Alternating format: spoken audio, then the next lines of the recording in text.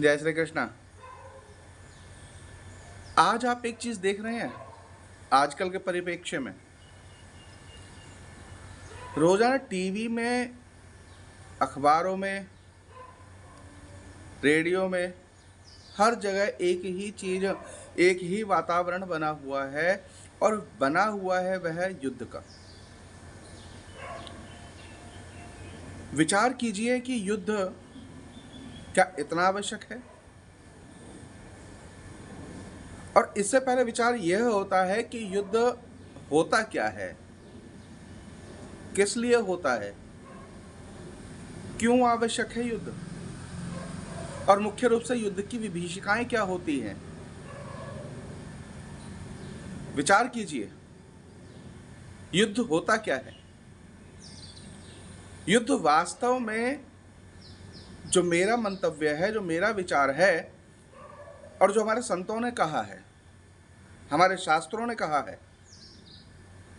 कि दो विचारधाराओं का, दो संस्कृतियों का, दो सभ्यताओं का आपस में टकराव ही युद्ध है।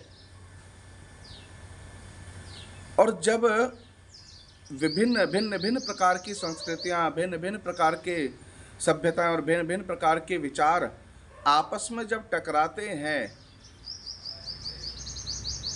तो परिणाम जो है वह दुखद भी होता है और सुखद भी होता है। देखिए, अगर आपके मन में विभिन्न प्रकार के विचार आ रहे हैं, अंतर्द्वंद चल रहा है, द्वंद अर्थात युद्ध, जब विचार आ रहे हैं कि यह करना चाहिए अथवा यह नहीं करना चाहिए, यहाँ जाना चाहिए अथवा नहीं जाना चाहिए, इस व्यक्ति को अपनाएं अथवा इस व्यक्ति को ना अपनाएं, करें तो क्या करें, इस कार्य को करना चाहिए अथवा नहीं करना चाहिए, यह जो अंतर्द्वंद की स्थिति है यही भी युद्ध है। जब आप अंतर्द्वंद की स्थिति से जूझते हैं, जब अंतर्द्वंद की स्थिति से जब आप लड़ते हैं और जो परिणाम निकलता है वह सुखद भी हो सकता है और वह दुखद भी हो सकता है। यहाँ पर जब अंतर्द्वंद की युद्ध होता है तो उसमें विचारों को जब आदान प्रदान होता है तो एक नया सृजन उत्पन्न होता है। जब दो सभ्यताएं और दो संस्कृति आपस में लड़ती हैं अपने आप को श्रेष्ठ बनाने के लिए, अपने आप को मजबूत बनाने के लिए, तो वो युद्ध की जो विभीषिका है वो अत्यंत दुष्कर है, उसका परिणाम अत्यंत दुष्कर है। आप विचार कीजिएगा कि युद्ध के बाद होता क्या है। युद्ध के बाद केवल और केवल बालक और विधवाएं शेष बचती हैं जो कि विलाप करने के लिए हैं, अनाथ बालक होते हैं। सब कुछ धराशायी हो जाता है, सब कुछ खत्म हो जाता है। देश कई वर्ष पीछे चले जाते हैं, कई सभ्यताएं नष्ट हो जाती हैं, कई संस्कृतियां नष्ट हो जाती हैं। और हम देखते हैं आज के परिवेश में भी और आज की स्थिति में भी और प्राचीन स्थिति में देखिए, हमारा भारत देश जो है बहुत से युद्धों से जूझा है। वर्ष वर्ष बीते हैं युद्ध होते हुए, परंतु हमने अपने संस्कृति को, अपनी सभ्यता को अक्षुण्ण रखा है। विचार कीजिए कि कब तक रखेंगे, कब तक। अभी पिछले दिनों पाकिस्तान ने युद्ध कर दिया।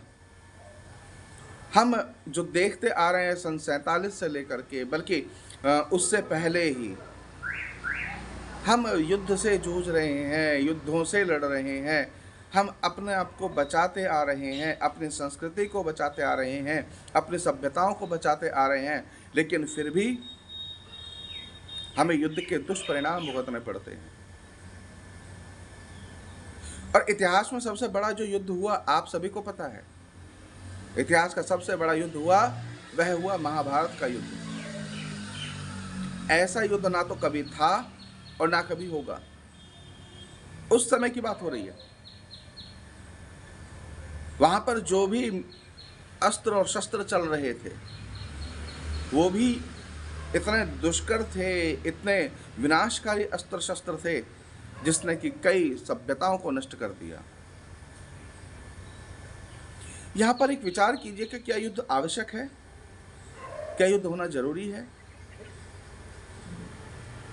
मैं कहता हूं हां, युद्ध होना अति आवश्यक है, परंतु किन परिस्थितियों में? युद्ध होना आवश्यक है और उसकी परिस्थितियां जो हैं वो मुख्यतः दो प्रकार की परिस्थितियां होती हैं। पहली परिस्थिति, जब सामने वाला आतताई हो, और भगवान श्री कृष्ण ने गीता में भी कहा है, श्रीमद् भागवत में भी कहा है कि आतताई को छोड़ना नहीं चाहिए, मार डालना चाहिए, खत्म कर देना चाहिए। और आतताई होते कितने प्रकार के हैं? आतताई होते हैं 6 प्रकार के। पहला, बुरी नीयत से शस्त्र धारण करने वाला। दूसरा, पर स्त्री का हरण करने वाला अथवा पर स्त्री का, हमारी बहन बेटियों के ऊपर कोई बुरी नजर डाले तब। तीसरा होता है आग लगाने वाला, जहर देने वाला। और उसके बाद में जब इस प्रकार से आतताई जब बनते हैं, जब होते हैं, तो उनको छोड़ना नहीं चाहिए। क्योंकि कथा आती है कि जब महाभारत का युद्ध हो चुका था, उस समय हुआ क्या? दुर्योधन ने अश्वत्थामा को बुलाया और अश्वत्थामा से कहा कि हे भाई, हे भ्राता, हे मित्र, मुझे मेरे विजयश्री चाहिए, मुझे पांडवों के शीश चाहिए। अश्वत्थामा गया तो सही पांडवों के शीश लेने, परंतु वहां पर पांडवों के शीश के बजाय पांडवों के जो बच्चे थे, 5 पांडवों के जो 5 बेटे थे, उनके शीश ले आया। अब उनके शीश लाने के बाद में जब वो लेके आता है, थाल सजा हुआ है रेशमी का वस्त्र से, वो थाल ढका हुआ है और रक्त चू रहा है। उस समय दुर्योधन को जब दृश्य जब नजर आता है, जब देखता है दृश्य को कि उसके पुत्रों के शव, उसके पुत्रों के शेष उस थाल में सजे हुए हैं, उस वक्त, उस समय अश्वत्थामा से दुर्योधन ने कहा कि मित्र, तूने मित्र का नहीं शत्रु का कार्य किया है। अर्थात कि लड़ाई जो थी हम दोनों भाइयों में थी, हम 2 परिवारों में थी, लेकिन इन बच्चों के मारे जाने के कारण, इन बच्चों की हत्या के कारण तूने हमारा पूरा परिवार, पूरी संस्कृति, पूरी सभ्यता नष्ट कर दी है। और दुर्योधन इसी विलाप में मरता हुआ चला गया। यहां पर दुर्योधन द्वारा वह ग्लानि से युक्त अश्वत्थामा गया और जाकर के उसने ब्रह्मशिर अस्त्र छोड़ दिया, और यह कह करके कि मैं पांडवों के वंश का एक भी अंश नहीं रहने दूंगा। ब्रह्मशिर अस्त्र छोड़ा। ब्रह्मशिर अस्त्र छोड़ने के पश्चात छोड़ा कहाँ पे? उसने छोड़ा था सुभद्रा जो थी अभिमन्यु की धर्मपत्नी, उसके गर्भ में अभिमन्यु का वंश था, उसके गर्भ में अभिमन्यु का बच्चा था, उसको मारने के लिए ब्रह्मशिर नामक अस्त्र छोड़ा।